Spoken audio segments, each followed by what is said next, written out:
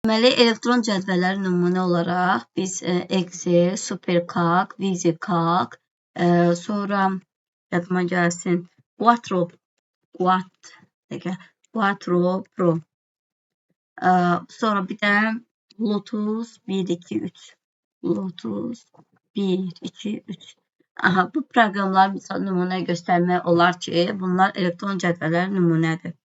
Ümumi olaraq elektron cədvəl, uşaqlar, 2 versiyaya gəl yuxarıda, burada book 1 yazılır burada. Yəni elektron cədvəlin susmaya görə sənədinin adı sənəd deyil də kitab olur. Biz Word-də məsələn dokument olur, amma elektron cədvəldə book olur. Və yaddaşda saxlanılanda isə gözüm bunu şeyləyim, bağlı. Yaddaşda saxlanılanda isə mən bunu bir də format edeyim.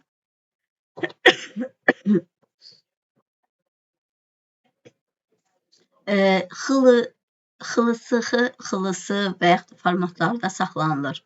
Bu arada bunun tipləri müxtəlif formalarda ola bilər. XML kimi də yaddaşda saxlanıla bilər. CSV kimi də yaddaşda saxlanıla bilər. Yəni, əsasən elektron cədvəllər xılısıxı formasında olurlar. Mən bunu cancel düyməsini vururum. Geriyə düyməsini vururam. Aha, ekranımı balacalaşdırdım. Ekranını uşaqlar axıcı görürsünüz də, keyfiyyət necədir, yaxşıdır? Bəli, amma elə biraz çox böyütmüş. Ay, özüm də ekranı böyütmüşəm, geri dönüm. Hə, özün böyütmüş, ola bilər özün böyüdübsən. Onu balacalaşdır, mən özüm lazım olanda böyüdəcəm, narahat olmayın. Balacalaşdırdım. Əla. İndi ekranı mən böyüdürəm burada. İki versiya Sheet 1 yazılır. Keçən dərsdə düzdüyün güvarı izah elədim. Biraz elektron cədvəlimizdə bizdə problem yarandı deyə tam izah edə bilmədim. Tam deyəndə ki, biraz izah elədim. Bir şey olaraq ki, izah eləmədim. Deməli, elektron cədvəldə hər bir belə desək, elektron cədvəl bir kitab adlanır. Və kitabın təbii ki, nəyi olur? Vərəqləri olur. Bunun susmaya görə bir dənə vərəqi var, amma keçmişdə susmaya görə 3 vərəqi olurdu. Demək, Sheet 1 əlavə etmək istəsək, Sheet 2, Sheet 3 və s. gələ bilər. Bu arada bunların da adlarını dəyişdirmək də mümkündür. Sağ düyməni vurub, biz burada adını rename düyməsini vurmaqla istifadə edə bilərik. Aydın olduğunu ümid edirəm sizə. Və yaxud da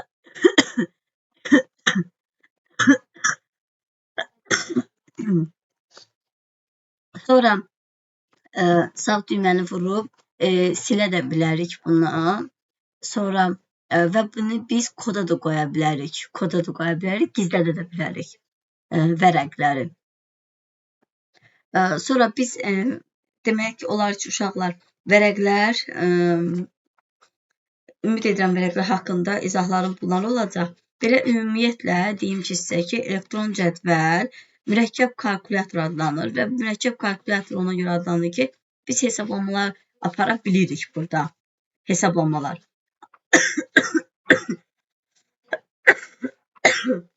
Hesablama apara deməli, biz əvvəlcə onu deyəcəyik ki, bura yuxarı hissə, bax burada yuxarı hissə, title bar adlanacaq. Autosave, save düyməsi var burada.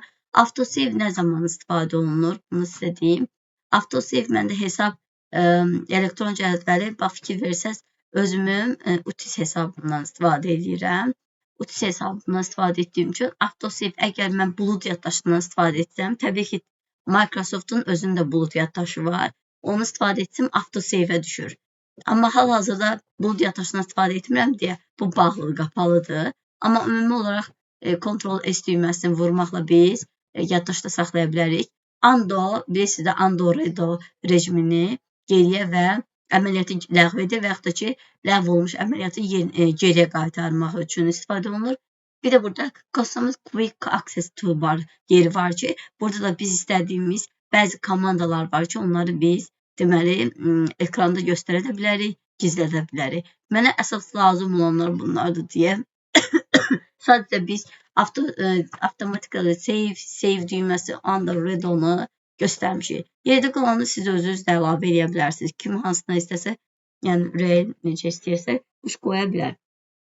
Burada istifadə edir. Və yuxarıda bu arada burada əlavə pəncərə mən də açılır. Çox güman ki, sizdə görsənmir, amma məndə görsənir. Burada search düyməsi var. Search düyməsi o deməkdir ki, deməli bizə lazım olan menyuları tapmaqda kömək edir. Ta ki mən hər hansı bir menyunun adını unutmuşam, harda yerləşir, unutmuşamsa əgər, o zaman mən onun adını axtarışa verməklə tapa bilərəm. Hətta mənim üçün başqa insanları da tapmaqda kömək edə bilər. Məsələn, freeze panes düyməsi data menüsündə adətən yerləşir. Bu freeze panes burada olmalıdır. Gözləyim. Hətta özüm də gözləyim view. View düyməsində yerləşir. Ta ki mən bilmirəm bunu harda yerləşir. Freeze panes. Gəlirəm burada freeze panes yazıram və o mənim üçün bu düyməni tapır və buradan istifadə edərəm. Mən menyusundan search yerinə vurmaqla mən menyu komandalarını tapa bilərəm burada. Sonra yuxarı hissənin bildiyi uşaqlar lent tablarına gələndə isə deməli lent tabları uşaqlar burada file menyusunun tabı var. Home, insert, draw.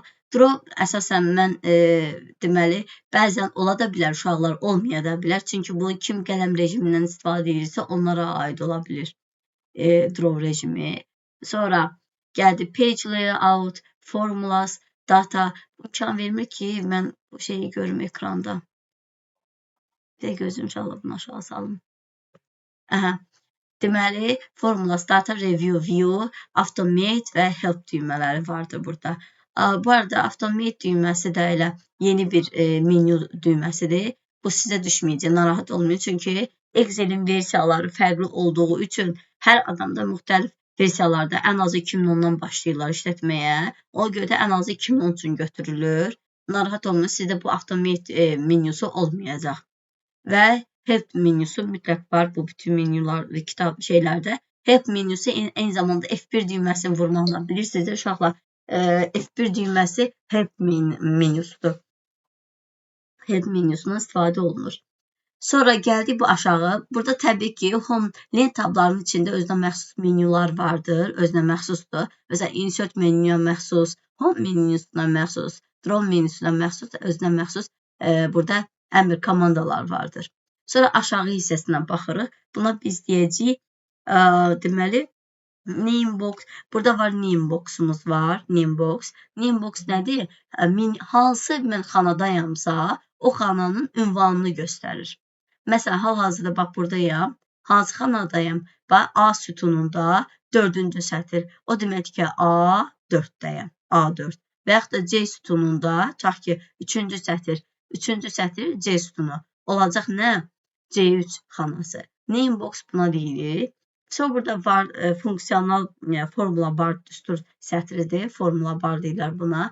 Məsələn, mən burada nəsə yazı yazsam, xananın içində də yazı yaza bilərəm. Məsələn, hər hansı bir uşaqlar yaz yazmağı yığışdırın da. Uşaq deyirsiniz ki, yığın ona.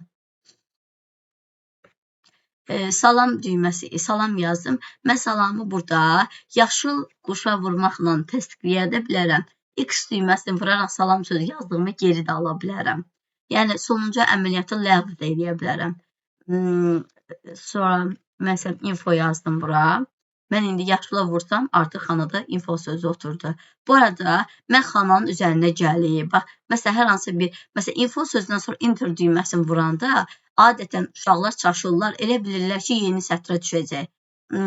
Xeyr, bu yeni sətrə düşmür. Əgər yeni sətrə düşməni istəyirsinizsə, alt enter vurun. Yeni sətrə düşməni istəyirsinizsə. Əgər yox, yeni növbəti xanaya, aşağı xanaya düşmək istəsəz, o zaman enterdən istifadə etmək lazımdır.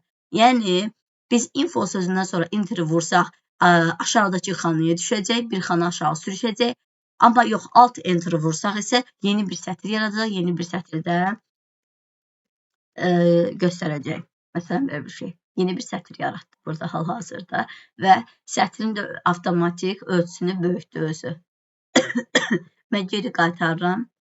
Ctrl Z düyməsindən geri qaytardım. Bu hissələr aydın oldu sizə. Buraya kimi sual yoxdur. Xeyr. Üzrlü sayın öskürürəm uşaqlar. Deməli, sütunların sayı haqqında danışmaq istəyirəm. Biz dedik ki, sütunların sayı deməli, ən sonuncu sütun XFD-yə kimi gedir. Mən hal-hazırda Ctrl sağ düyməsi, Ctrl ilə sağ düyməsini vurmaqla, Ctrl sağa düyməsini vurmaqla neynədim? Ən sonuncu sütuna gəldim. Ctrl sağa. Və Ctrl aşağı düyməsini vurmaqla 1.8576-cı sətrə düşürəm mən artıq. Burada deməli, ən sonuncu sütun XFD-dır. Ən sonuncu sətr isə 1.8576-cı sətirdir. Və ümumi sayını desək, 214 sayda sütun var, 220 sayda da sətr var. Ümumi olaraq desək, 214 vursun 220, yəni 234 sayda nə var? Xana var burada. Bilir ki, sətr və sütunların kəsişməsi nə adlanır? Xana adlanır. Aydın oldu? Aha, indi gəlin sizə aktiv xana nədir? Bu arada mən birinci sütuna qayıtmaq üçün Ctrl yuxarı düyməsini vurdum. Birinci sətrə daha doğrusu. Ctrl isə sola isə birinci xanaya, birinci sütuna qaytarmaq üçün istifadə etdim.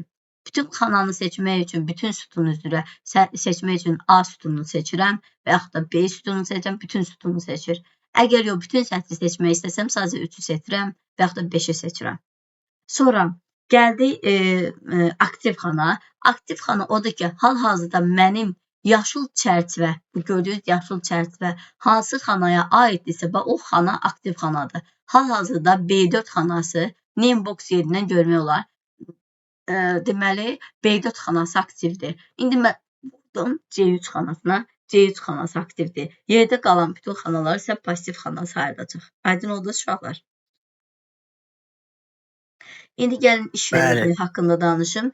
İş vərəqliyi isə uşaqlar biz adını dedik, biz dəyişdirə də bilərik, düzdür? Adını dəyişdirə bilərik. Adını maksimum biz 31 dənə qoya bilərik. 31 dənədən artıq deməli iş vərəqliyinin adının uzunluğu ola bilməz. Məsələn, info 1 yazdım bura, enter düyməsini vurdum. Enter düyməsini vuranda avtomatik özünün deməli adı dəyişdi, enter düyməsini vurmaqla.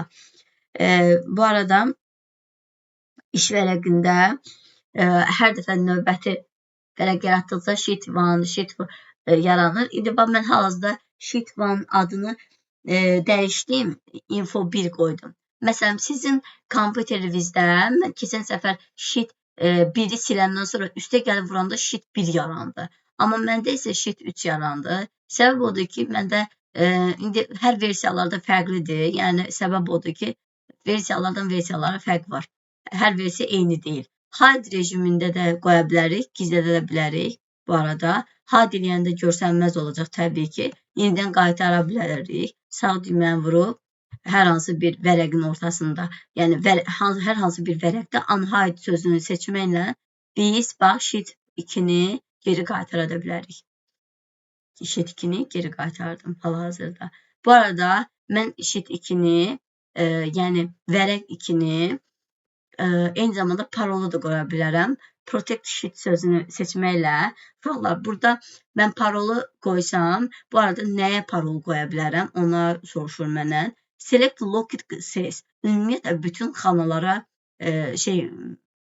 deməli, parol qoyursan və lazım olanda açanda da bütün xanalara parolunu açırsan. O deməkdir ki, bütün xanaları mən parola qoyuram. Və məsələn, mən bu parol üçün susmaya görə belə qoyuram. 1, 2, 3, 4. 1, 2, 3, 4 qoydum uşaqlar parolunu məsələcəm. Gələm düşürəm aşağı. OK düyməsini vurdum. Və fikir verin, sheet 2-ni indi açmaq üçün məndən parol istəyir. Məsələn, tutaq ki, mən parolu yazıram 1, 2, 3, 4. OK düyməsini vururam. Artıq mənə icazə verir, mən burada nəsə dəyişir edeyim. Məsələn, fikir verin, mənə artıq xanaları kilidlədiyim üçün icazə vermədi. Yəni, deyir ki, siz parolu şeyləməlisiniz, daxil etməlisiniz, paroldan yazmalısınız. Ona görə də mən nə edəcəm? Yenidən burada unprotect sheet eləyəcəm. 1, 2, 3, 4. OK düyməsini vururam və burada başlayıram artıq yazımı yazmağa. OK düyməsini vurandan sonra istəyirəmsə əgər yenidən protect edə bilərəm. Protect sheet yəni parolu qoymaqdır. Parol da nəyə qoydunuz? Uşaqlar bu arada onu deyim. Parolu nəyə qoydunuz unutmamaq lazımdır mütləq şəkildə. Unutsanız o sizin üçün artıq geri qaytarmaq, bərpa etmək çətin məsələ olacaq. İndi hal-hazırda bax parola qoydum. İndi mən bunu dəyişməyə çalışacağam. Heç nə icazə verməyəcək. Aydın oldu. Mənə indi bu lazım deyil. Bunu unprotect edirəm. Təbii ki öz parolunu yazıram. Və bunu da siləcəm bu arada bu işçi vərəqi. Delete düyməsini vururum, seçim, silim. Delete edirəm. Permanentli o deməkdir ki, daimi olaraq silmək. Aha.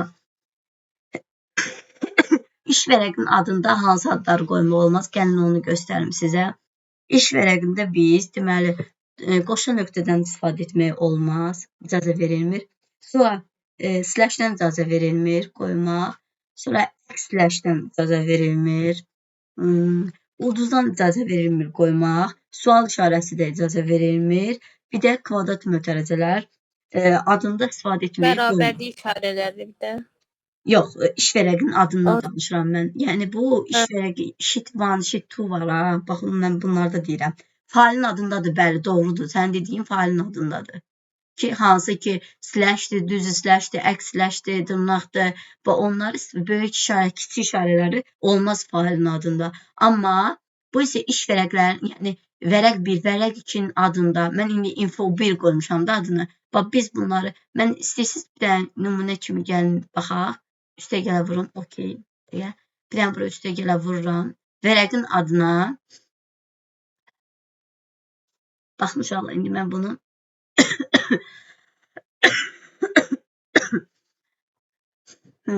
vərəqin adını indi dəyişməyə çalışacağım. Məsələn, rename qoyuram. Adını mən indi hal-hazırda istəyirəm sual işarəsi qoymaq. Sual işarəsini hal-hazırda yazıram. Yazmağa qoymur. Hal-hazırda mənə yazmağa qoymur. Başqa şey yazıram, amma o klaviaturada düyməyə vururam, elə bir aktiv olmur da. Heç nə, elə bir ki, heç nə düyməyə vurmuram sanki. Burada bildiriş də vermədi düzdür mənə, amma yazmağa da qoymur. Mən hal-hazırda düymələrə vururam, yazmağa qoymur. Vergülü qoydu. Məsələn, indi deyirsiniz, böyük işarəsi, kiçik işarəsi. Bax, bunlara qoyur. Bax, dırnağı da qoyur. Amma gəl ki, mən kvadrat mötərizələrin üstünə vururam, slash düyməsinə vururam, götürmür. Aydın oldu. Deməli biz bu arada uşaqlar iş vərəqinin adında biz boşluq qoya bilmərik. Yəni boş ad ola bilməz. Bunu bir dəfəmlik yadınızda saxlayın. Sonra gəldi burada miqyas yerinə. Fikir versəz uşaqlar, miqyas minimum olaraq, bir dənə gözləyin, mən bu şeylə neyəcəm bilmirəm. Miqyas olaraq uşaqlar fikir versəz minimum var və maksimum var. Minimum uşaqlar 10%dir, maksimum isə 400%dir. Baxın gəlin 10%-ə kimi azaltdım. Əslində 10% belə azaltmağım kompüter üçün çox belə balaca oldu Excel cədvəli. Bu kompüterimi biraz ağlatmağa bərabər oldu. Amma 400% isə biraz böyüdüm. Artıq kompüterim desin, birə getməsə yaxşıdır. Gözləyin. Kompüterim keçindi desən. 10% gələ salmazdım. 10% o deməkdir ki, çox uzaqdan göstərdi. Özünüz də fikir versəniz. Bax, burada çox uzaqdan göstərdi.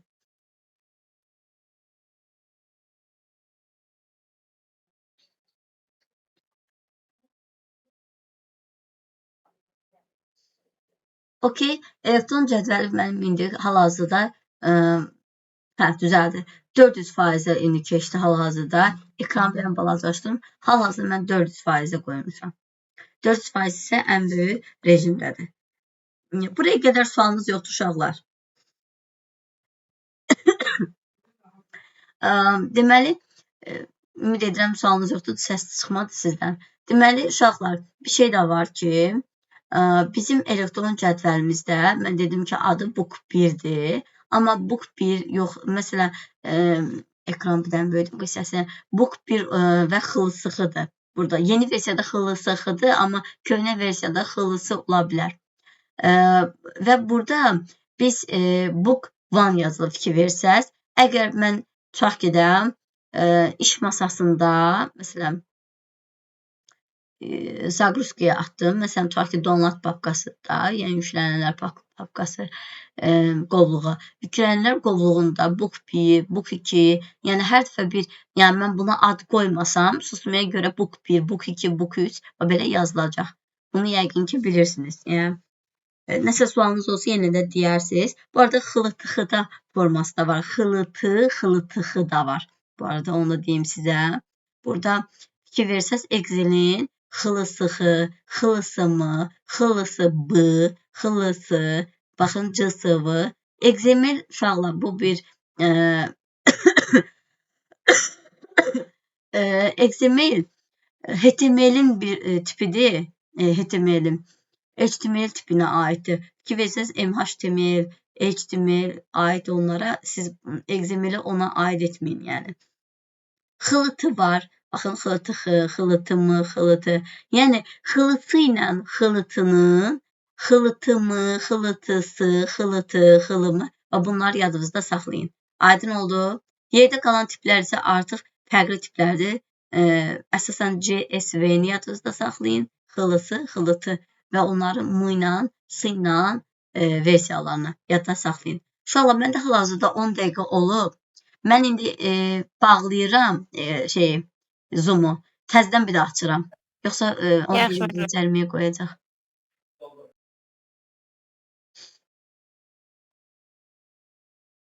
Değişdirə bilərsən adını da. Mehriban burada. Deməli, Fatimə Coşqun Onur. Əla. Okey. Təzədən ekran mən paylaşıram. Hamı ekran görür.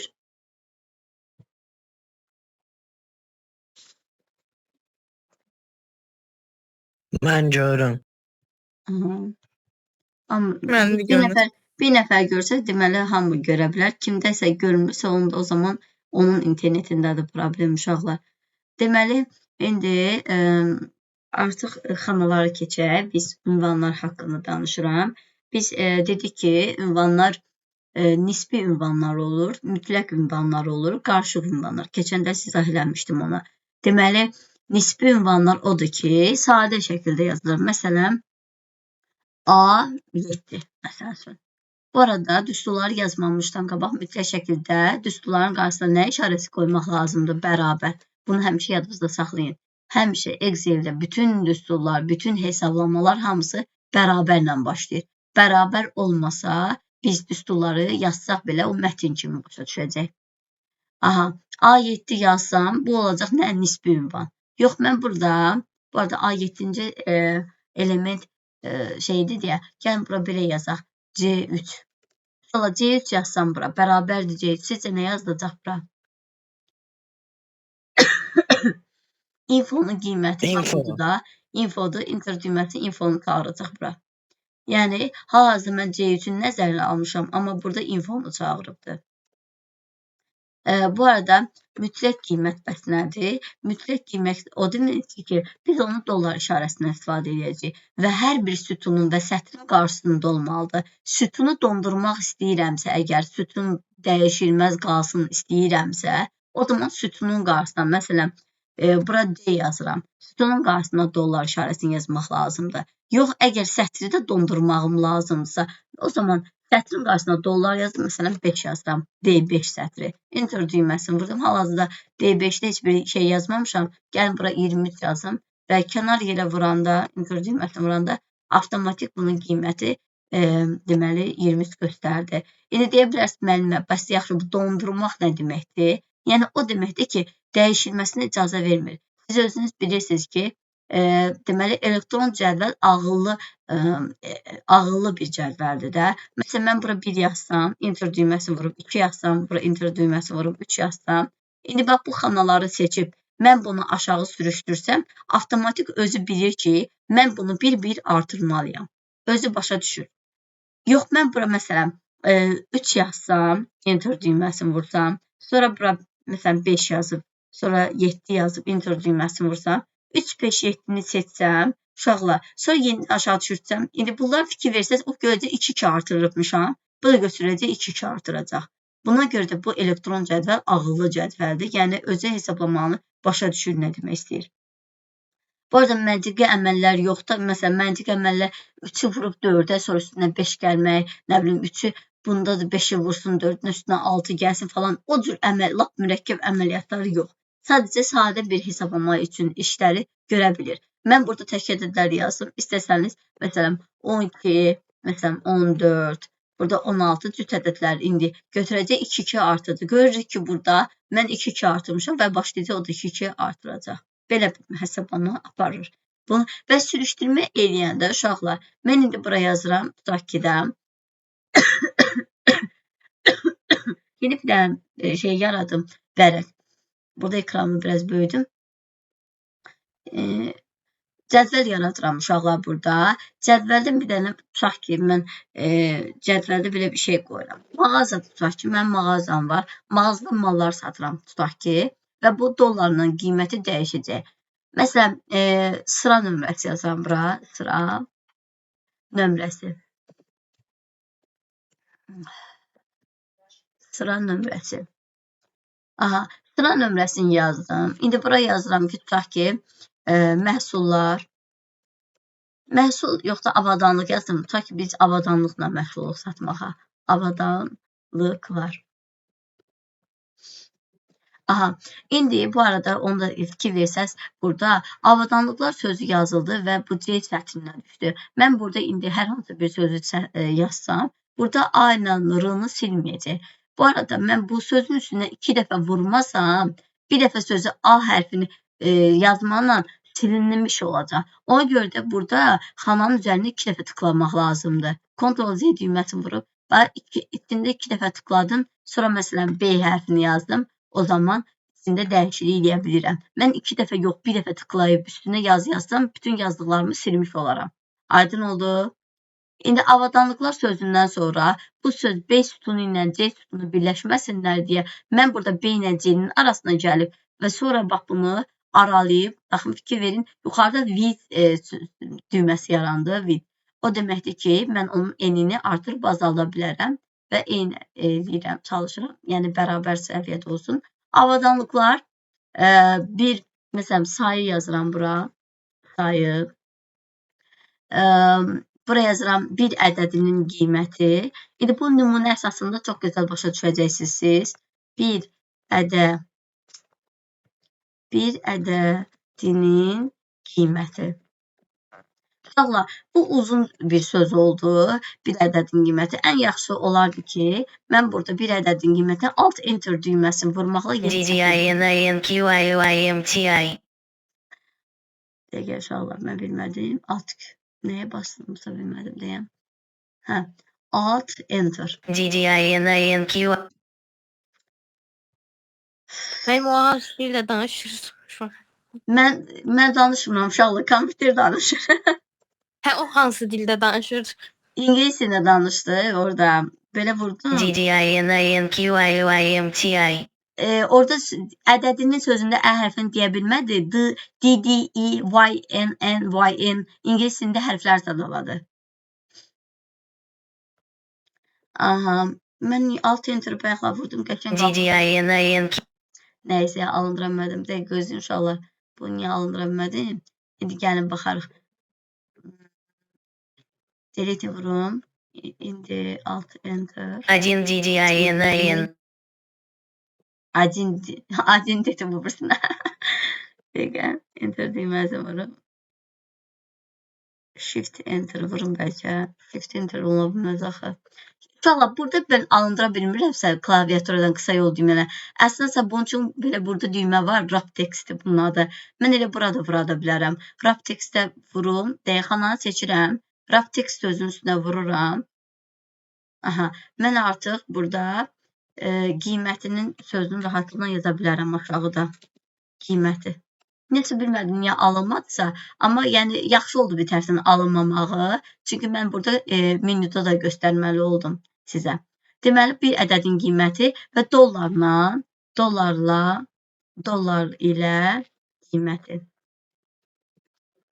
Bunu da mən uşaqlar belə parça görürsünüz, F düyməsinə düşməsin, uzun uzadı adı olmasın deyə Raptex sözünün üstünə vuracağım və dollar ilə qiyməti sözü bax belə bir vəziyyətə düşdü. İndi mən burada yığdığım cədvəli, uşaqlar çox burada bir şey yazmayacağım. Azca bir şey yazacağım. Belə 4 dənə sətr bəs eləyər. Çox bir şey yazmayacağım bura. Ki, yəni vaxtımız getməsin. Mən burada cədvəlimi, mən fikir versəz, əgər çapa versəm, fikir versəz. Bax, bura baxın uşaqlar. Cədvəlimi çapa versəm, bax, burada biz xanaları görmərik. Baxın, bura sıra nömrəsi, avadanlıqların sayı, bir ədədin qiyməti, dollar ilə qiyməti sözü var. Amma şey yoxdur. Necə deyim, xanalar yoxdur da, görsənmir. Bunun səbəbi odur ki, elektron cədvəl bizə rahatlıq olsun deyə vizual olaraq göstərir, amma çap zamanı bunu göstərmir. Əgər göstərməyimi istəyirəmsə, mən bu xanaları seçib, diapazonu, bir də burada ümumi manatla qiyməti yazım. Ümumi azin ilə qiymət. Sözünü seçirəm. Azin ilə qiymət sözündə də yenə Raptex sözünün üstünə vururam. Belə bir vəziyyətə düşdü. Uşaqlar, belə hallar bərabər şəkildə yazılsın istəyiriksə, o zaman mən burada orta düyməsini seçirəm. Ortada yazılır burada. Yuxarıda burada seçim etdim. Ortada yazıldı.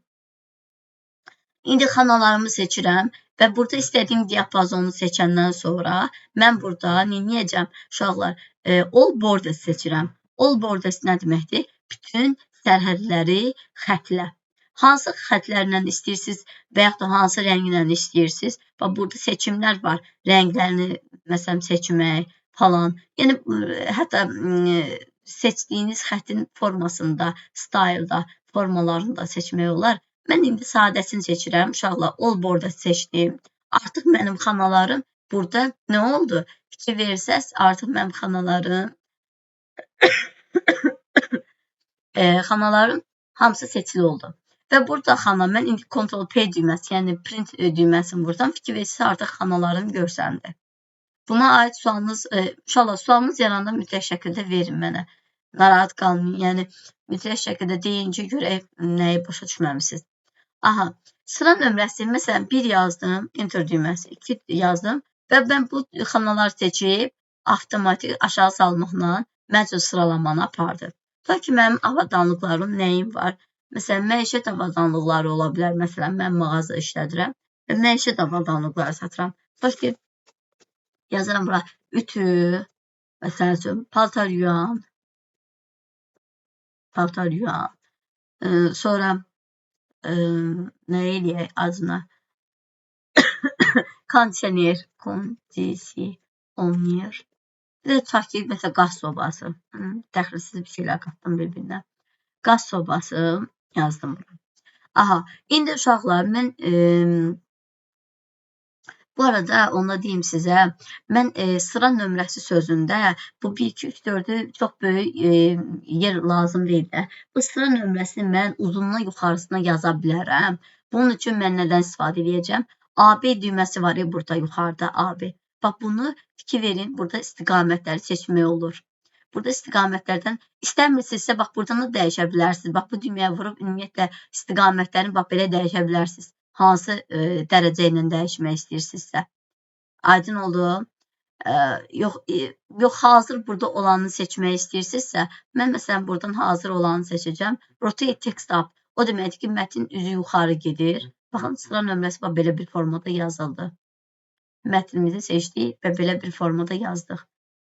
Aha, sayı yazdım. Ta ki, mənim ütümün sayı, məsələn üçün də mağazamda 12 dənədir. Yenicə, fikir versəz uşaqlar, sözlər sol tərəfdə yazılır, ədədlər isə sağ tərəfdə yazılır. Fikir versəniz əgər. Burada mən bir dənə bu yuxarıdakı olan sözləri isə ortada özüm yazmışam. Bunu özüm seçmişəm, belə eləmişəm.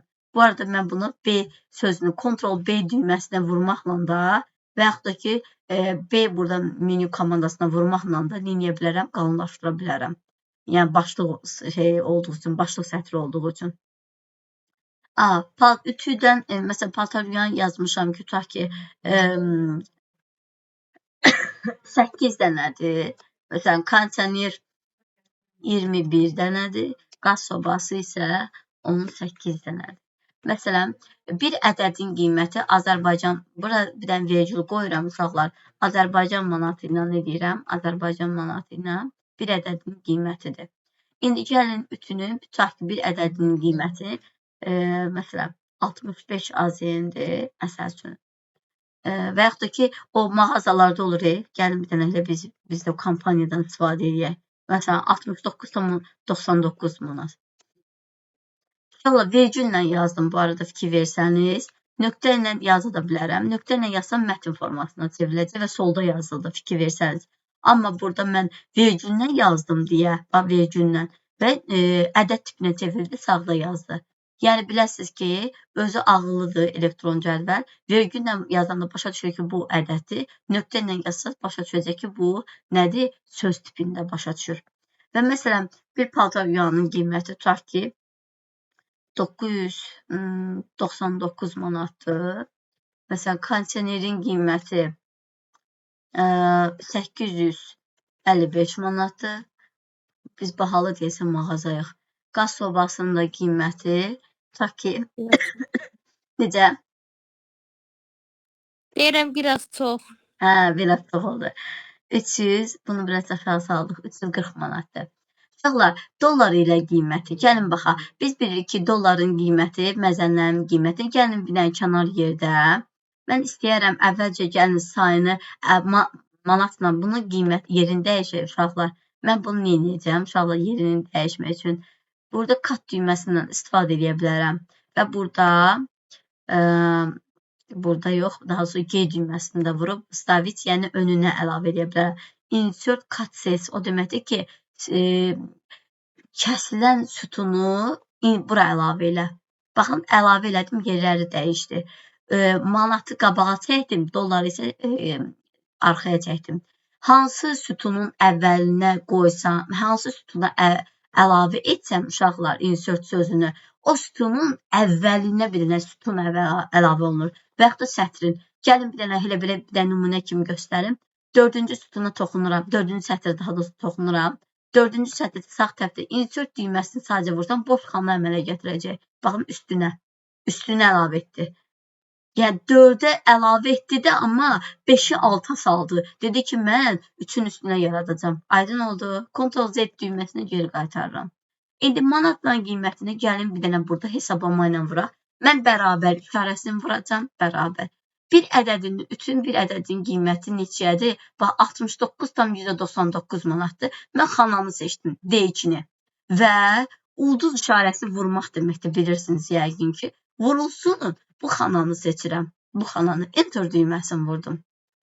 Enter düyməsini vurmaqla yeni sətrə düşdü və bunu mən nədim? Xananın üstünə vuranda D2 ilə C2-nin hasilini, yəni bir ədədin qiymətini sayına vurdu. Biz bildik ki, ümumi dəyər nə qədərdir? 839 manat 88 qəpik qazancımız olar. Məsələn, yəni ümumi ütülərin qiyməti o qədər pul edir. Düzdür? İndi mən burada gələcəm, qara nöqtənin üzərindən tutub aşağı sürükləyəndə özü avtomatik hesablayacaq. Yəni necə eləyəcək? Fikir versəniz, 8-i 999-a vuracaq. Yəni D3-ü C3-ə vuracaq. Fikir versəniz, bunu sileyim, öz başına yazıldı. Aha, burada fikir versəniz, artıq sürüşdürmə elədiyi üçün, bax, nisbi ünvandır da bula. D4-ü C4-ə vuracaq. Və burada da üstünə 2 dəfə vururam. Burada da necə? D5-i C5-ə vuracaq. Özü avtomatik fikir versə sətr üzrə şeyi artırdı. Ədədləri artırdı. Bura aydındır sizə. Bəli. D2, burada vuranda, yeni sətrə vuranda D3, C3 oldu. Və burada da yeni sətrə vuranda D4, C4 oldu. Və burada da yeni sətrə vuranda, oy Allah. Yeni sətrə vuranda isə D5, C5 oldu. Okey. Gəlin indi dollar ilə qiymətimizi nə edəcəyik? Mən burada dollarımız bilir ki, 1 dollar neçə manatdır? Və yaxud da 1 manatımız neçə dollardır? 1 manat neçə dollar edir? Nə qədər edir? Gəlin bunu internetdə özümüz də araşdıra bilərik. Mən bəkəm, nə qədərdir? 1.7. 1.7, doğrudur. 1,7-dir bir manatımız. Yox, 1 manat. Manatı biz dollara çevirdik. Yəni bunu nəyə vurmalıyıq uşaqlar? 1,7-yə, hə? Yox, 1,7. 1 manatımız. Gəlin uşaqlar internetdə bir dənə baxaq. Opera mən desəm beynim yandı. 1 dollar 1,7 manatdır. Onu demirsiniz. 1 manat Yoxsa nə 1 qədər manat. dollardır? Onu Özüm desəm. qarşıladım. 1 manat 1 dollar. 1 manat neçə 1 dollar manat. olur? Bunu axtarıram. Dəqiq Hə, bir bilirəm. dəqiqə. O azdır. Aha. 1 manat yazıram. Uşaqlar bura 1 manat. 1 manatımız. Baxın bu məzənləri mən kopya edirəm. Ctrl+C düyməsini vurdum. Kopyaladım. Gəlirəm bura. İndi bura baxaq. Burada onda 5. Uşaqlar bura mən bunu yapışdırdım. Burada nöqtə ilə də deyə biz nöqtə ilə yazsaq nə tipinə çevriləcək? Mətn tipinə. Bizə mətn tipi lazım deyil. Ona görə də virgül qoyacağam. Bu mənə lazımdır ədəd tipi. Yəni dolların qiyməti düşüb, yoxsa mənə gəldi? Deyil, yoxsa mən səhv bildim. Yo, indi mənimlə. Hə, İndi. bura 1 dollar yazım. Hə, 1.70 olur. Okey. Bu arada bir nəfərə ad günü üstündə 50 dollar bağışlamaq fikrim var. 85 manat edir. Oha.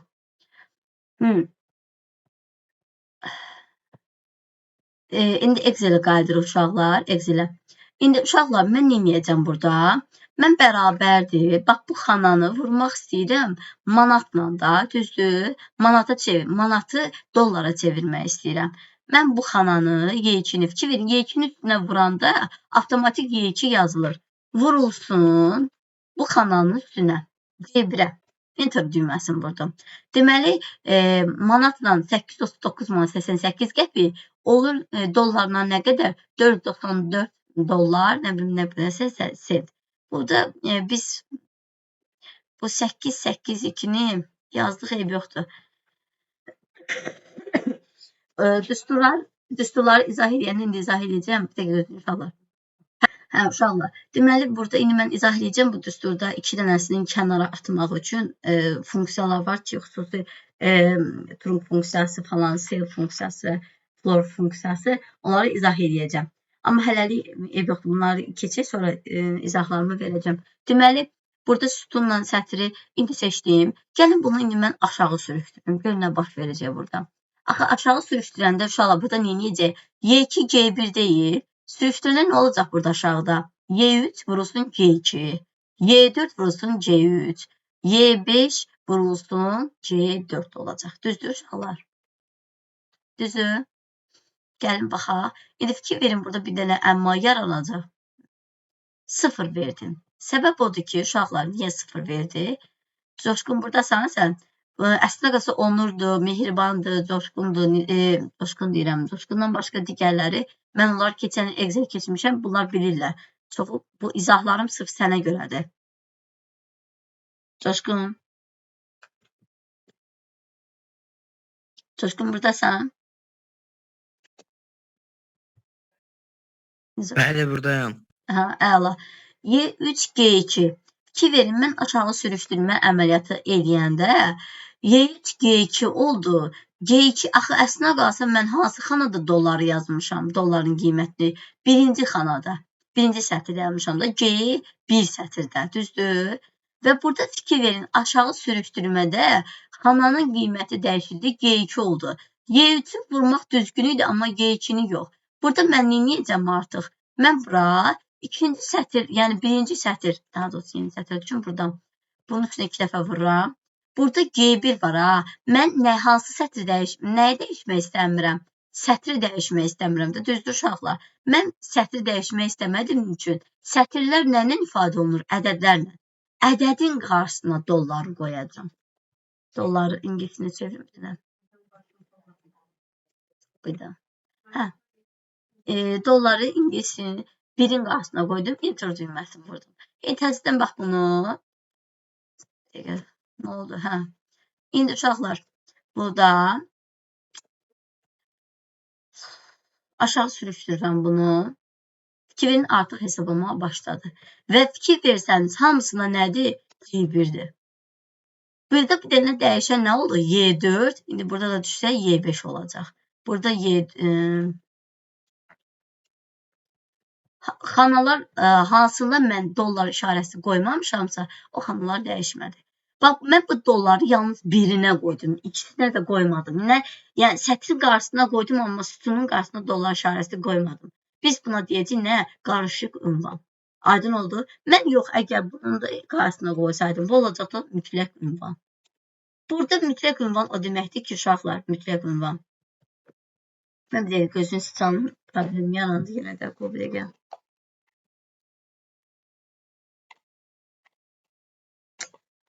Sıçan yeri də işləmədi.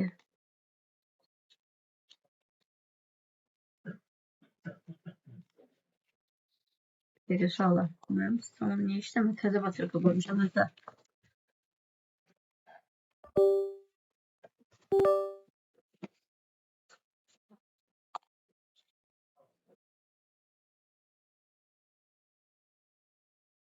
Təzə sıçan alacam. Xarab oldu deyəsən sıçanım, sağ olur.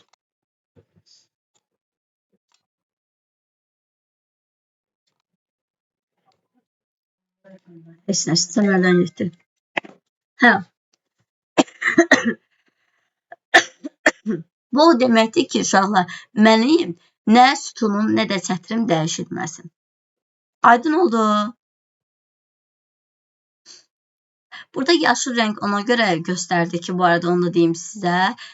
Səbəb odur ki, burada mən düsturu tətbiq eləmişəm bütün sütuna və burada bu bir dənə bu fərqlidir. Yəni o birlərində məsələn burada bir dənə J-nin qarşısında yoxdur axı.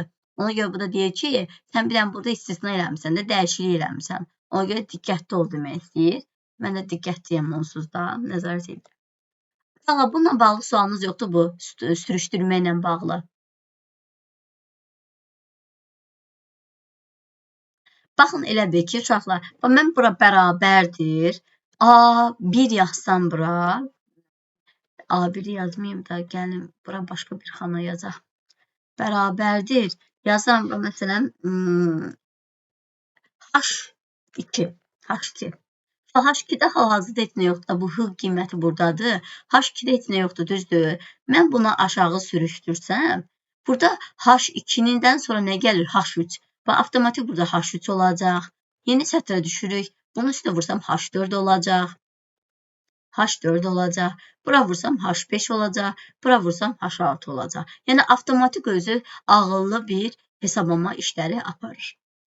Bu elektron cədvəl, qurduğum elektron cədvəllə bağlı sualınız yoxdur.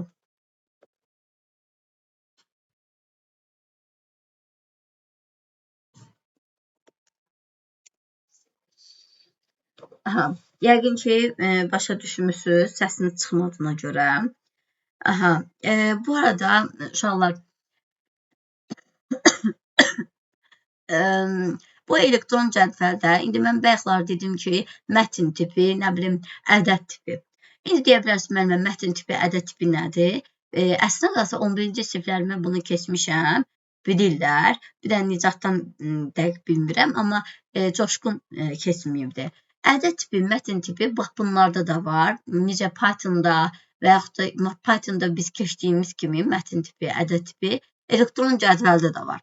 Elektron cədvəldə susmaya görə general tipi var. Susmaya görə. General tipi nədir? Yəni bir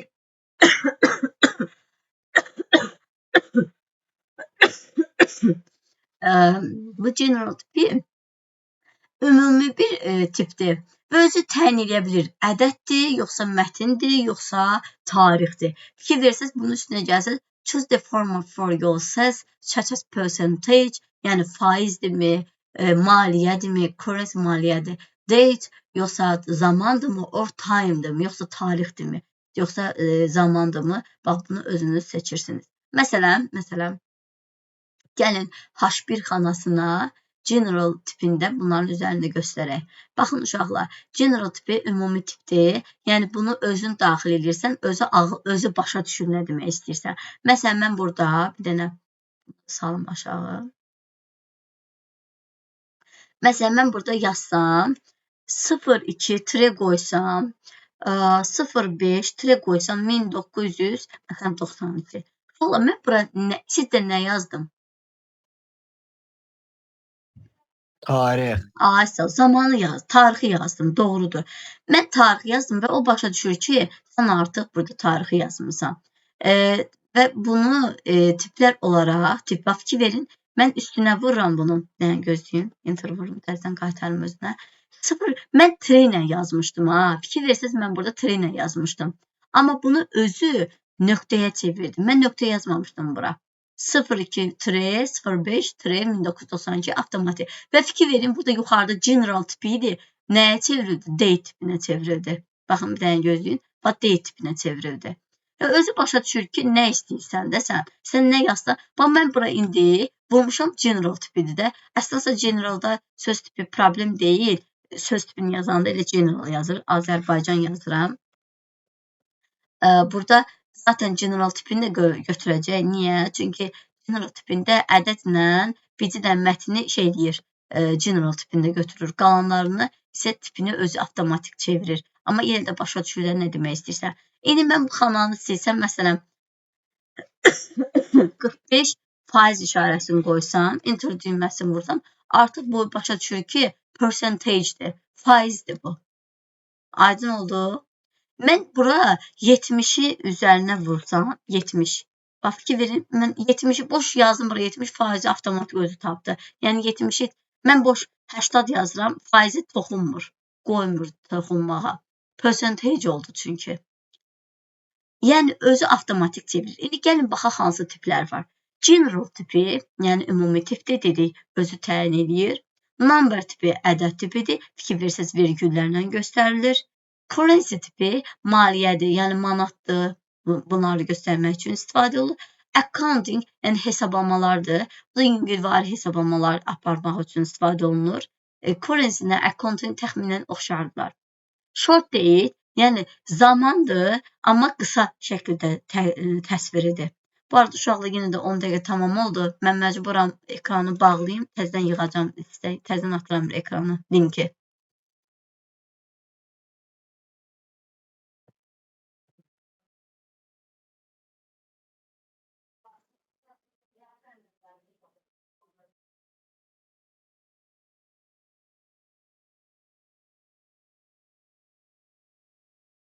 Mən rekordumu təzədən aparım. Ekran paylaşıram təzədən. Ekran görürsünüz.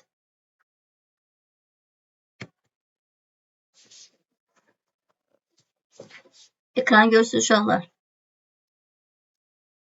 Bəli, görürük. Yaxşı. Uşaqlar, percentage-də izah edirdim. Hansılar idi? Deməli, tiplərimiz. Short date o deməkdir ki, deməli, qısa tarixi göstərir. Long date isə o deməkdir ki, burada 0 yanvar yazılmış ola bilirsiniz də. 0 yanvar 1900 o deməkdir ki, birinci tarixi yəni ən əvvəlki tarixlərdən 1900-ə kimi gedə bilir, 1900-un önə gedə bilmir.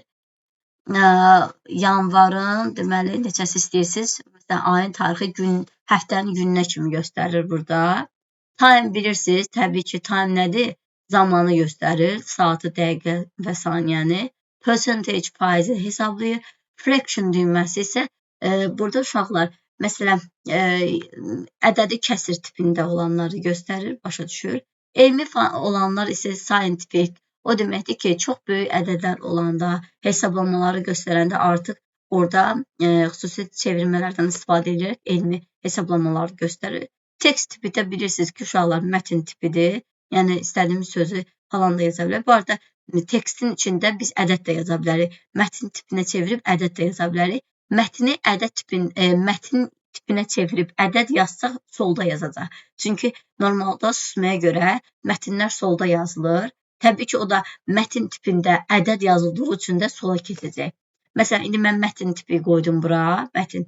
Bax, 0.8 əslində vergüllə yazılsa da sola keçdi. Çünki səbəb odur ki, onu artıq mətn kimi tanıyır. Necə? Python'da necə var idi? STR funksiyası kimi. Aydın oldu. Ümid edirəm sizə aydındır. Bu arada mən sətirlərin sütunların sayını demişəm. Sətirlərin sütunların sayını demişəm. Sonra ədədlər dedim, tipləri dedim. Gəlin uşaqlar, mən sizə xətalardan izah edeyim. Xətalar, hansı xətalarımız var? O xətaları danışım. Çünki bizə lazımdır mütləq şəkildə o xətaları bilməyimiz. Deməli, hansı xətalarımız var? Mən istəyirdim ki, onu ən yaxşısı internetdə yenə də onu özümüz burada göstərim əyani şəkildə xətaları. Xətalar necə deyim ingilis dilində? Xəta uşaqlar ingilis dilində nədir? Necə adlanır? Wrong ola bilər. Mistake ola Wrong bilər. yazın da, wrong. Mistake. Wrong in Excel. Mən şəkil formatı lazımdır. Onun əsasında image mənə lazımdır. Deməli. Hə, deyib daha. Burada hamısı yoxdur. Olsun, ev yoxdur. Göstərərik. Name sual verir. Name sual o deməkdir ki, bu səhv Excel'in üstündəki funksiya və ya arqumentin adını başa düşməməsi nəticəsində yaranır. Məsələn, biz burada fikir versəz, burada elektron cədvəldə burada U A3 B3-ə diapazonu göstərildi. Bu arada qoşan nöqtə o deməkdir ki, A3-dən B3-ə kimi o deməkdir. Diapazon kimi göstərilib. Nöqtə, qoşan nöqtə, diapazon. İndi onu da izah edəcəm. Name demək o deməkdir ki, adı mənə məlum deyil. Div 0 nə deməkdir? Yəni sıfıra bölmə var. Div özü division deməkdir. Division yəni bölmə. Bölmə 0. B4-ün qiyməti çox güman ki 0-dır. O da deyir ki, mən nə edirsən? Sıfıra bölürsən. Sıfıra bölmə axı yoxdur. Bir də var null. Null nədir? Deməli, ümumi xanaları olmayan iki oblastın kəsişməsi verildikdə yaranır. Ümumi xanası yoxdur da bunların. Məsələn, A6, B6 yazılıb, arasında heç nə yoxdur. Nə qoşan nöqtəsi var, nə nöqtəli virgülü var. Null o deməkdir ki, bunların arasında heç bir şey yoxdur da. Nə diapazon var, nə aralıq kimi qoşan nöqtəli virgülü var. Aydın oldu? Heç bir şey olmayanda null verir. Yəni, ortaqlıq yoxdur burada. Sonra, N bölünsün A hərfi. Burada uşaqlar, N bölünsün A hərfi.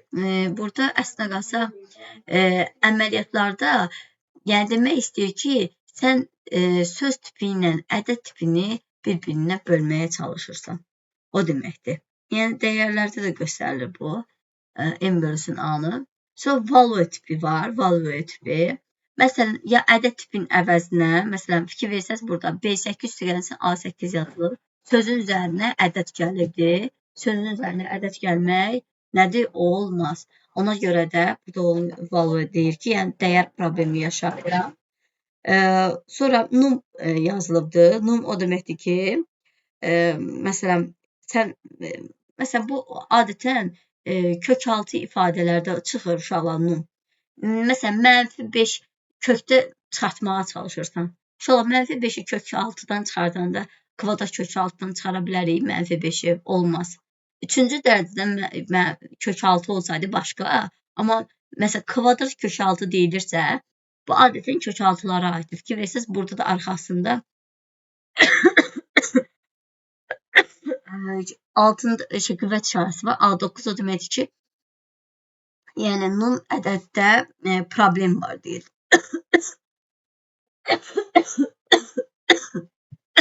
Aydın oldu. Üzr sayın uşaqlar, belə bəlkə öskürdüyüm üçün. Sonra bir də var, əslində qalsa, onu görüm, DS işarəsi də var. DS işarəsi deyə burada var. DS işarəsinin nə zaman istifadə olunur? Yəni, ora sığışmır. Nə ədəddir, sözmü deyim, nədirsə, ora sığışmır.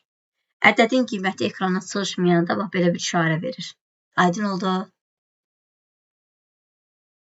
Ədədin qiyməti deməli sığışmayanda belə bir işarəni qoyur. Sonra bir də var uşaqlar link forması. İstinad göstərilməyəndə onu göstərir. Link. Görün varmı burada link?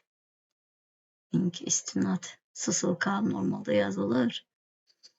Sısılka rus dilindədir. Görün burada var həmin şeylərdən. Neyim var?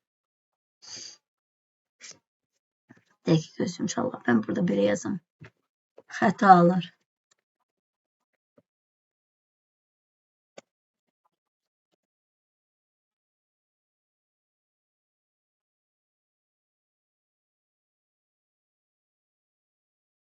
Olaraq yoxdur ki, bir dənə göstərməyim. Bunu sizə atacağım xətaları uşaqlar, narahat olmayın. Xətalar məndə şey var, olmalıdır kitabda. Ümumiyyətlə çox kitablarda var xətalar. Onları sizə atarım, tamam mı? Xətalardan deməli neyimi bildik, adı səhv yazılarsadır. Sonra link o deməkdir ki, ünvana müraciət düzgün deyil. Məsələn, mən Info 1 kanalında, məsələn, Info 1-də nə yazmışam? Ta ki, A3-də nə yazmışam? 14, düzdür, uşaqlar. A3-ə 14 yazmışam. Bura gələrəm, uşaqlar, bərabərdir. Bərabərdir. Sən nida işarəsi qoyaram. A3 enter deyilməz. Bir dəqiqə gözləyin, uşaqlar. Ola bilər nəsə. A3 nida yazmalıydım. Bir dəqiqə.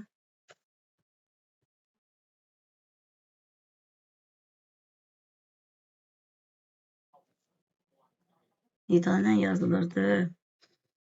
Bir dəqiqə. A3 nida bərabərdir nida A3. Niyə göstərmir? Deyək, uşaqlar, gəlin onu baxaq internetdə.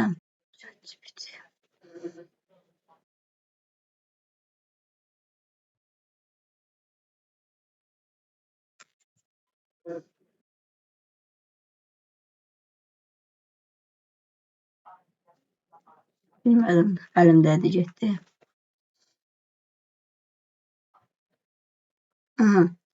Sheet 2, ayda mən vərəqin adını yazmamışam, ona görəymiş. Vərəqin adını yazmaq lazım imiş.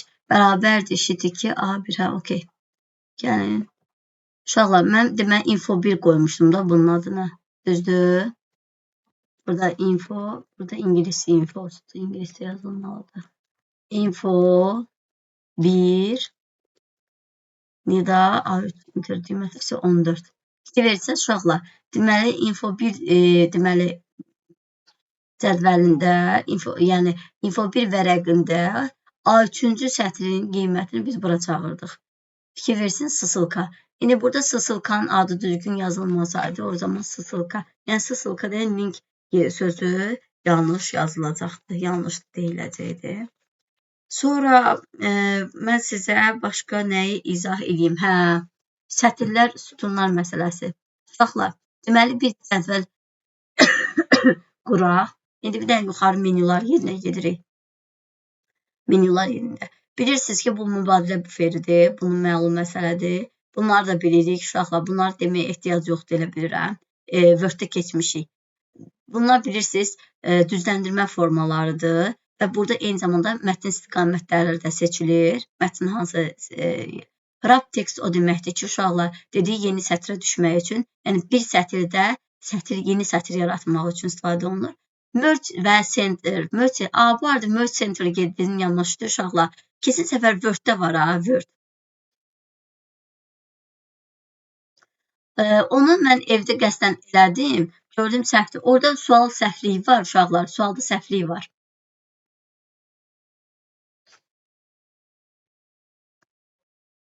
Blank document-ə vurum.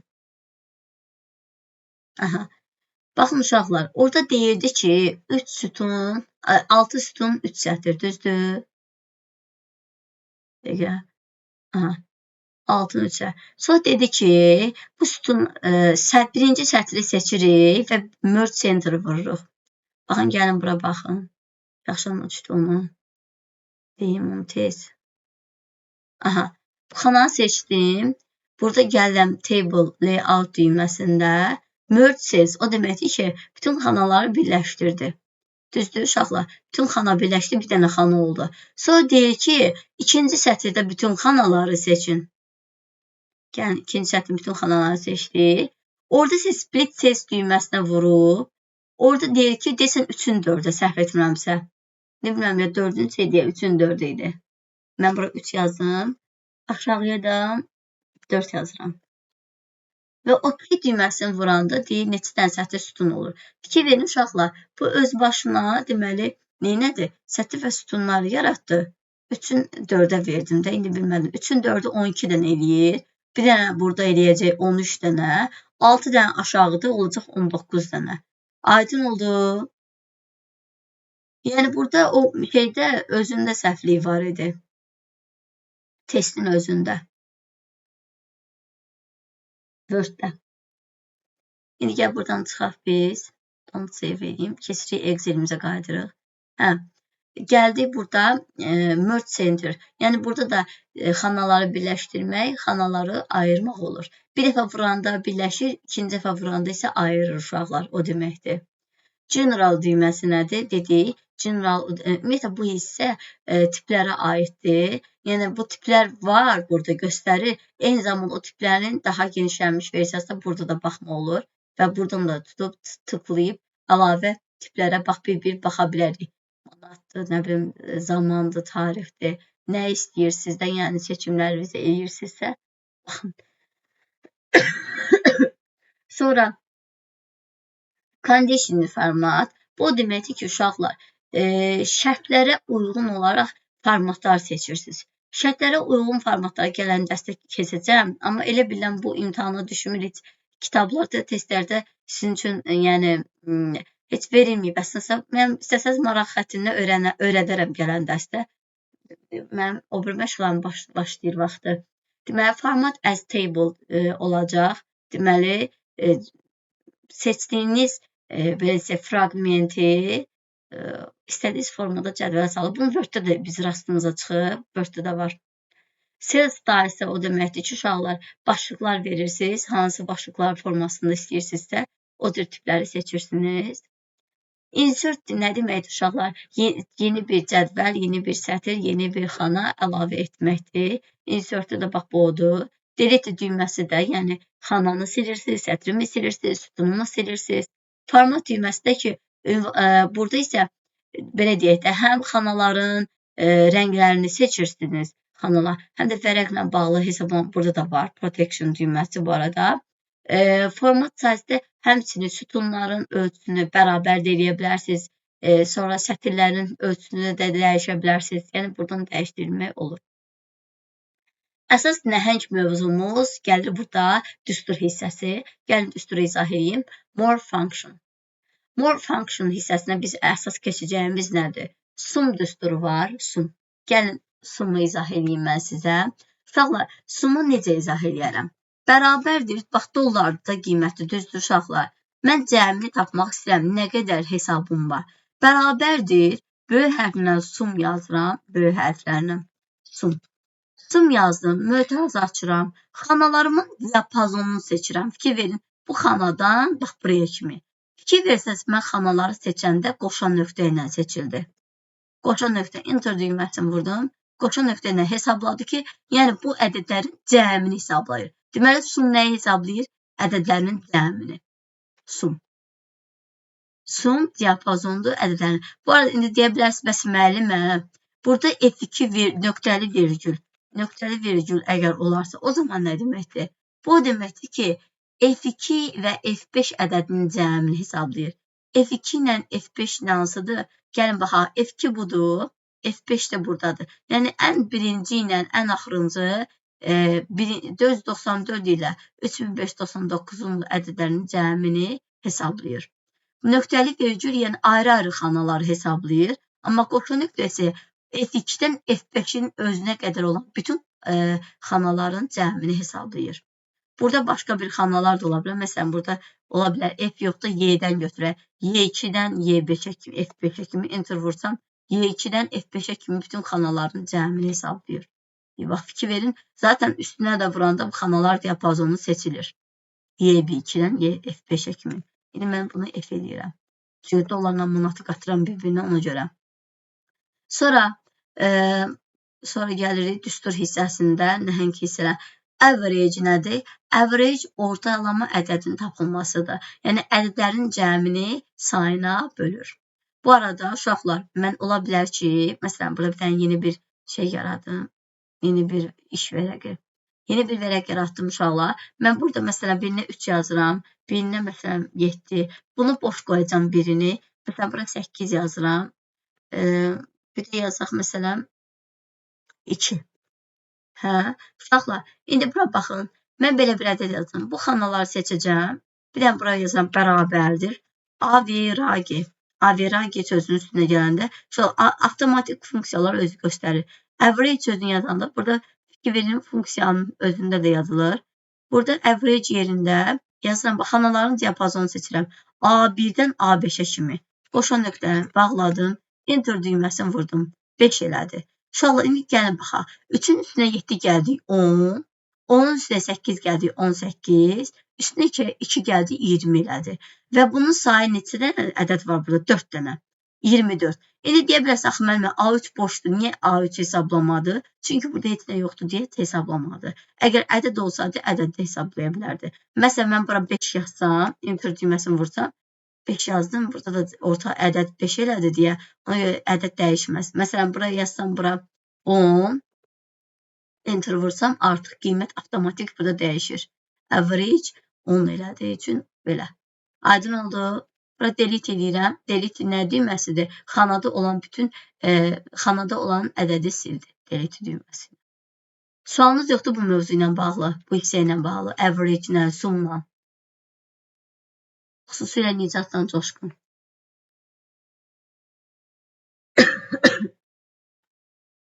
Yoxdur mənim, yoxdur. Nicat heç qoşulu deyil. Aha. İndi bu Nicatlar da qatıb qarışdırıb bir-birinə. Aləmin bilməm Nicatdır ya onurdu. Onurdu. Aha. Deməli, indi gəlin baxaq. More function yerinə. More function yoxdur. Daha doğrusu cəmin yenə öz yerinə. Ekran böyüdürəm. Average dedik, sumu dedik. Count numbers. Ədədin sayını tapır uşaqlar. Max o deməkdir ki, içində, yəni hansı diapazondadırsa, hansı ədədlərdirsə, indi onun içində ən böyüyünü tapır. Minimumdakı təbii ki, ən kiçiyi tapır. Burada diapazonu qeyd eləmək lazımdır və yaxud da ki, əgər xanalardırsa, bir neçə xananı da yazmaqla, nöqtəli vergül yazmaqla eləmək olar. Məsələn, bərabərdir 1000 yazıram bura. Bərabərdir. Baxın uşaqlar. Mən bura bərabərdir 1000 yazıram. 1000 yazanda minimum hesablanması üçün mənə hazır funksiyanı verdi. Mən bura indi fikir verin uşaqlar. Bura yazıram A1 vergül qoydum. Nöqtəli vergül daha doğrusu qoymaq lazımdır. Bəzilərində nöqtəli vergüldür, bəzilərində vergüldür. Nə bilim. Məsələn, bura yazıram bir də A2 nöqtəli vergül. Ben də yazıram A4 nöqtəli vergül. Bağladım. Enter vurdum. Uşaqlar, burada nəyi tapdı 3? Mən o deməkdir ki, bu 3 minimum A1 ilə A2, A4 ədədləri arasında minimumu tapdı. Yəni 3, 7, 8 içində hansı da ən kiçiyi? 3. Təbii ki. Əgər mən burada A1, bax qoşan nöqtə, A1 nöqtəli vergül bir dənə belə A4 qoyuramsa, A1 ilə A4-ə baxacaq sadəcə burada. A1-in qiyməti neçədir? 3. A4-ün qiyməti neçədir? 8. İndi mən bura A1 ilə A5 qoysam, qoşan nöqtəli, bax qoymadım burada. Yəni bura, məsələn, 5 yazıram. 5 yox, mənfi 2 yazıram. Mənfi 3 yazdıq. Yoxdur. Aha, gəlin baxaq.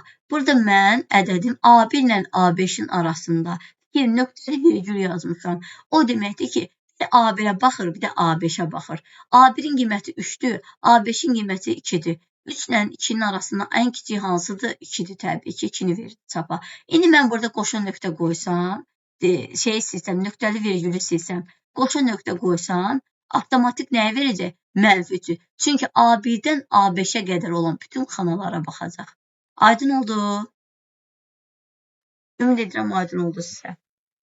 Bəli. Diapazonu izah elədim, nisbi ünvan nədir izah elədim, qarşılıq ünvanı izah elədim, mütləq ünvanı da izah elədim. Bir dənə qaldı uşaqlar. Diaqramları izah eləyəcəm, amma uşaqlar nöqtələri qoymayın. Uşaqlar, uşaq deyirsiniz ki, bura nöqtələr qoyursunuz. Ancaq bir dənə mən diaqramın izahlarını verəcəm buradan. Gəl ki, uşaqlar, növlərini göstərəcəm. Növlərini insert düyməsində. Amma daha detallı şəkildə gələn dəstə izah edəcəm. Demək, diaqramların əsas 3 növü var. Amma çoxdur diaqramların növləri. Uşaqlar, bu arada onu da deyim. Mən diaqramımı seçsəm, məsələn, xanalar diapazonumu seçirəm. Gəlin belə yox da belə seçim. Xanalar diapazonumu seçsəm. diaqram yerindən hər hansı birini seçsəm, fikir verin uşaqlar. Mən burada sütunlu diaqram yaratdım. Sütunlu diaqram yaratdım. Dollarla qiyməti, sonra Azərbaycan manatı ilə qiyməti, bir ədədin qiyməti, sayı falanı burada. Say çox azdır deyə burada sayı görsənmir uşaqlar. Bir də məlumatların adı, məsələn, ütüdür, paltar yuyan maşın, kondisioner, qaz sobası. Buna əslində qalsa belə şey göstərməyim düzgün deyil. Havanın temperaturuna uyğun göstərmək daha yaxşı olardı. Deməli, biz dedik ki, deməli, elektron cədvəldə diaqramlar yaratmaq olur. Diaqramlar əsasən 3 növdür. Deməli, olacaq sütunlu diaqramlar, xətti diaqramlar, dairəvi diaqramlar. Sütunlu diaqramlar deyəndə sütunlar formasında ola bilər. Bunlar bax bu füqəyə də aiddir, sütunlar aid olanlar. Və ola bilər ki, siz xəttini də göstərə bilərik. Xətti də xüsusi göstəricilər formasına təyin etmək üçün nəzərdə tutulur. Bir də ki, diaqram faiz nəticələrini göstərmək üçün məsələn istifadə oluna bilər. Bütünün hal-hazırda burada nəyə üzrə göstərir? Dollarla qiyməti, dollar əsasında çıxarılıb, ümumi manatdan qiyməti, nə bilim, ütü üzrə veribdir. Bunu düzgün çıxartmayıbdır. Bunu mən ən yaxşısı gələn dərsdə sizə göstərəcəm. Nəticəni, məsələn, telefonun yaddaşı üzərində göstərmək daha yaxşıdır. Məsələn, telefonun plan qədər yaddaşı var. Məsələn, nə qədər sənədi, nə qədər videodur, nə qədər şəkildir, coşqun eləmə, nə qədər, məsələn, musiqidir, mahnıdır, qaleriyadır və onu biz burada faizlərlə nəticəsini göstərmək olar. Bu diaqram faizlərlə nəticəsini göstərmək üçün dairəvi diaqramdan istifadə olunur. Amma xətti diaqramlarda isə əsasən belə desək də nəticəni izləmək üçün istifadə olunur. Nəticəni izləmək üçün. Bir də biz dedik ki, sütunlu diaqram o isə ümumi gedişata baxmaq üçün istifadə olunur ki, ən yüksək hansıdır, ən yaxşı hansıdır. Belə. Mən baxım görüm nəyi yadımdan çıxartmışam, nəyi qaldı, nəyi. Bir dəqiqə. Düsturdan görüm nəyi demişəm. Maksimum minimumu dedim, sayının tapılmasını dedim, minimum, maksimum. Burada bəzi şeylər var ki, onlarda deyəcəm sizə. Məsələn, sum if-dir, şərtdən asılı olaraq cəmi hesablanmasıdır. Average dedim, sonra count var. Count A-da var uşaqlar. Count-la count A-nın fərqi nədir? Count sadəcə ədədlərin sayını hesablayır. Count A isə həm ədəd, həm də söz tipində olan nə varsa bütün xanaların sayını hesablayır. Əgər, məsələn, bir diapazonda həm söz, həm ədəd varsa və mən orada count-la versəm sadəcə, orada mənim sadəcə ədədlərimin sayını hesablayacaq. Amma count A-la versəm, həm ədədimin, həm sözümün, həm tarix varsa onun hamısının sayını hesablayır. Bütün dolu xanaların sayını hesablayır. Aydın oldu? Uşaqlar, aydın oldu sizə? Bəli, bəli. Bəli. Uşaqlar, indi mövzu ilə bağlı sualınız yoxdur. Xeyr, yoxdur. Xeyr. Elə bilirəm, bu qədər izahım bəs eləyər sizə. Nəsə sualınız varsa mütləq şəkildə buyurun, mən cavablandırım. Yoxsa sualınız uşaqlar, sağollaşaq sizinlə. Mənim sualım yoxdur. Deməli, evə nə verəcəm? Elektron cədvəli aid olan Gündüz müəllim kitabından birinci hissəni verəcəm, işləyəcəksiniz evdə. Çox deyil, 2 dənədir, birinci hissə. Amma mütləq şəkildə diqqətlə işləyin, ən azı bir məsələ, bir misal düşür buradan, elektron cədvəldən. Yəni, bir deyil, bir neçəsi düşür, xüsusilə də düzdür, ikinci hissə keçəndə onu detallı izah edəcəm, orada xüsusilə düşür. İkinci hissəsi. Amma elektron cədvəldən mütləq şəkildə düşür. Ona görə də mütləq şəkildə diqqətli işləyin. Word-dən elə də çətin düşmür, amma Excel-dən çətinlər düşür. Ona görə də inşallah işləyəndə tapşırıqları mütləq şəkildə fikir verin. Aydın oldu? Bəli. Yaxşı uşaqlar. O zaman sağ olun. Allah əmanət. Sağ olun. Necə kimlə Sağ ol. tanışdınız deyir.